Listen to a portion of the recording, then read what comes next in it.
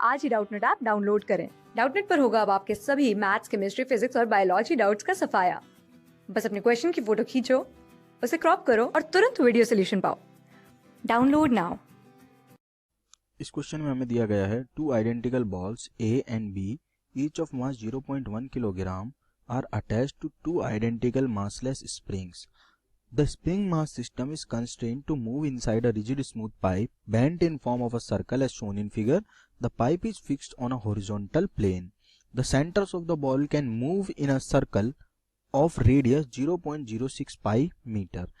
Each spring has a natural length 0.06 pi meter and spring constant 0.1 newton पर metre. तो बिल्कुल identical springs हो गई। Initially both the balls are displaced by angle pi by 6 radian with respect to the diameter PQ of the circle.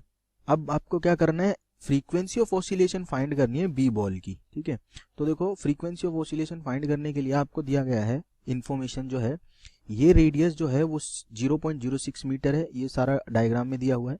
Pi by six इसको क्या कर दिया है, ऊपर रखा हुआ है PQ से। ठीक है, और देखो अगर मैं दोनों बॉल को क्या करूं, इधर और इधर पाई बाई सिक्स ऊपर ले जाऊं, तो इसका मतलब ऊपर वाली स्प्रिंग में क्या होगा, कॉन्ट्रैक्शन होगा, और नीचे वाली स्प्रिंग में इलोंगेशन होगा। ठीक है, तो मैं लिख सकता हूं कि force exerted by each spring on each ball, by each spring on each ball. ठीक है, एक स्प्रिंग एक बॉल पे कितना फोर्स लगाएगी, वो लगाएगी 2 टाइम्स ऑफ kx। ठीक है, अब दो स्प्रिंग एक बॉल पे कितना फोर्स लगाएगी, अब मैं लिखूंगा कि total force on each ball due to 2 springs. ठीक है, तो total force on each ball due to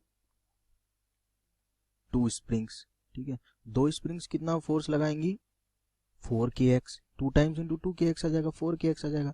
देखो इसको मैंने जब ऊपर खिसकाया, ठीक है, तो इस वाली स्प्रिंग में आया कॉन्ट्रैक्शन और इस वाली स्प्रिंग में क्या आया, एलोंगेशन। ठीक है, तो एक बॉल पे जो फोर्स लग रहा है टोटल, ठीक है, वो होगा 2kx। ठीक है, ईच स्प्रिंग, जो एक स्प्रिंग बॉल पे फोर्स लगा रही है वो 2kx है। अब दो स्प्रिंग बॉल पे कितना फोर्स लगाएंगी, 4kx हो जाएगा।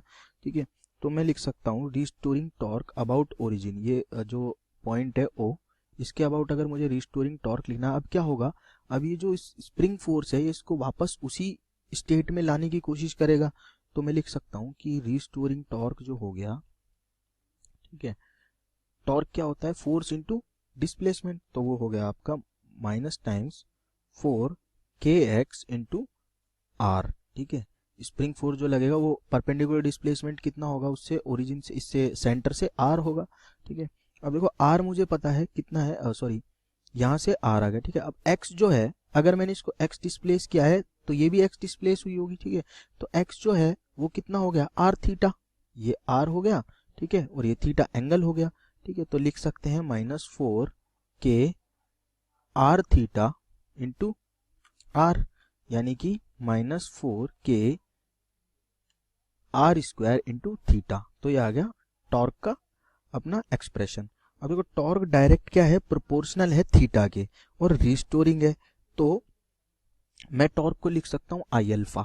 ठीक है, I alpha is equal to अपने पास आ जाएगा -4k r स्क्वायर थीटा।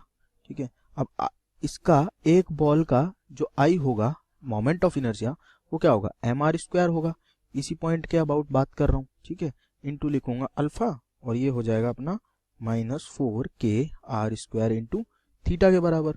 अब देखो अल्फा जो होगा यहां से वो क्या आएगा, अल्फा अपने पास आ जाएगा -4k by m into theta. ठीक है, अब मुझे पता है ये तो एक SHM की इक्वेशन होती है। ठीक है, जिसमें ये हो गया ओमेगा स्क्वायर। ठीक है, यानी कि 2 पाई f जो हो गया वो क्या हो गया, √4k अपॉन m। ओमेगा को 2 पाई एफ लिख सकता हूं, और ओमेगा की ये ओमेगा स्क्वायर, तो ओमेगा हो जाएगा √4k अपॉन m, यानी कि फ्रीक्वेंसी जो होगी वो कितनी होगी, 1/2 पाई √4k अपॉन m। ठीक है, अब इसकी वैल्यूज अगर मैं पुट करूं, 1/2 इंटू 3.14 √4, k की वैल्यू क्या है 0.1 अपॉन 0.1 है मास इसका, ठीक है। तो ये आ जाएगा अपने पास में 1/पाई सेकेंड इनवर्स, ठीक है। ये आ गया अपनी फ्रीक्वेंसी।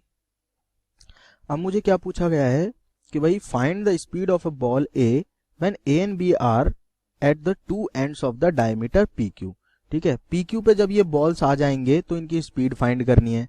अब पी क्यू पे जब बॉल आ जाएंगे तो इसका मतलब क्या है कि बॉल अपनी मीन पोजीशन पे आ गई, ठीक है। तो मीन पोजीशन पे क्या होगा, इन दोनों बॉल्स के पास जो पोटेंशियल एनर्जी थी, इन दोनों बॉल्स के पास स्प्रिंग के दबने के कारण वो यहाँ पे इनकी काइनेटिक एनर्जी में चेंज हो जाएगी। मीन पोजीशन पे पोटेंशियल एनर्जी तो खत्म हो जाएगी क्योंकि स्प्रिंग दबी है एक्स मीन पोजीशन से, मीन पोजीशन पे आते एक्स की वैल्यू 0, तो स्प्रिंग पोटेंशियल एनर्जी 0 और वो पूरी काइनेटिक एनर्जी में चेंज हो जाएगी, ठीक है। तो हम क्या लिख सकते हैं कि जो लॉस इन पोटेंशियल एनर्जी होगा वो क्या होगा, गेन इन काइनेटिक एनर्जी होगा, ठीक है। तो पोटेंशियल एनर्जी में कितना लॉस हुआ, 2 स्प्रिंग है तो 2 लिखा, 1/2 के, ठीक है, 2x स्क्वायर यानी कि 2r थीटा, थीटा कितना है π/6, x की वैल्यू क्या है r थीटा, तो 2 टाइम्स कर दूंगा क्योंकि 2 बॉल हैं, दोनों 2x डिस्प्लेस हुई, एक बॉल x डिस्प्लेस हुई तो दोनों 2x हुई है, ठीक है। तो x का स्क्वायर कर दिया, ठीक है, 2x हो गया तो x की वैल्यू लिख दी r थीटा, तो थीटा की वैल्यू π/6 है तो इसका स्क्वायर कर दिया। अब ये बराबर हो जाएगा आपका 2 टाइम्स इंटू 1/2 mv स्क्वायर, ठीक है। ये हो गया v मैक्स, क्योंकि वैसे भी मीन पोजीशन पे हमें पता है मैक्सिमम होती है वेलोसिटी, स्पीड जो होती है किसी भी पार्टिकल की एसएचएम में मीन पोजीशन पे मैक्सिमम होती है। तो यहाँ से मैं क्या लिख सकता हूँ, v मैक्स जो होगा वो कितना आ जाएगा, √k/m इंटू r/3, ठीक है। वैल्यूज पुट करेंगे तो यहाँ से मेरे पास आ जाएगा 0.02 पाई मीटर पर सेकेंड, ठीक है। ये आ गई मैक्सिमम वेलोसिटी, ठीक है, मीन पोजीशन पे।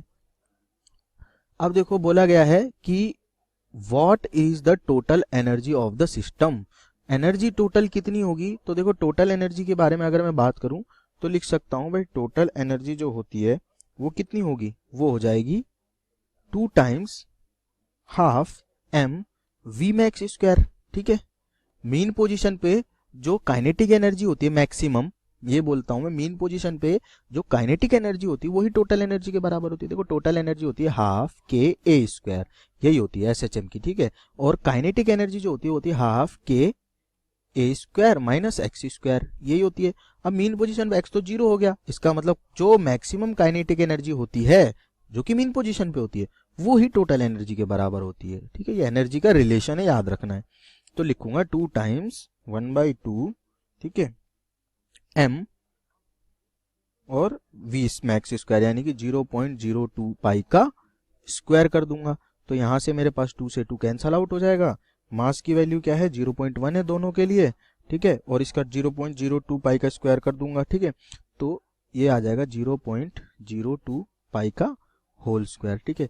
इसको जब मैं सॉल्व करूंगा तो मेरे पास जो वैल्यू आएगी टोटल एनर्जी की वो कितनी आ जाएगी, वो आ जाएगी 3.95 into 10⁻⁻4 joule. So this is your final answer. Class 6 से 12 से लेके नीट, IIT, जेईई मेंस और एडवांस के लेवल तक 10 मिलियन से ज्यादा स्टूडेंट्स का भरोसा।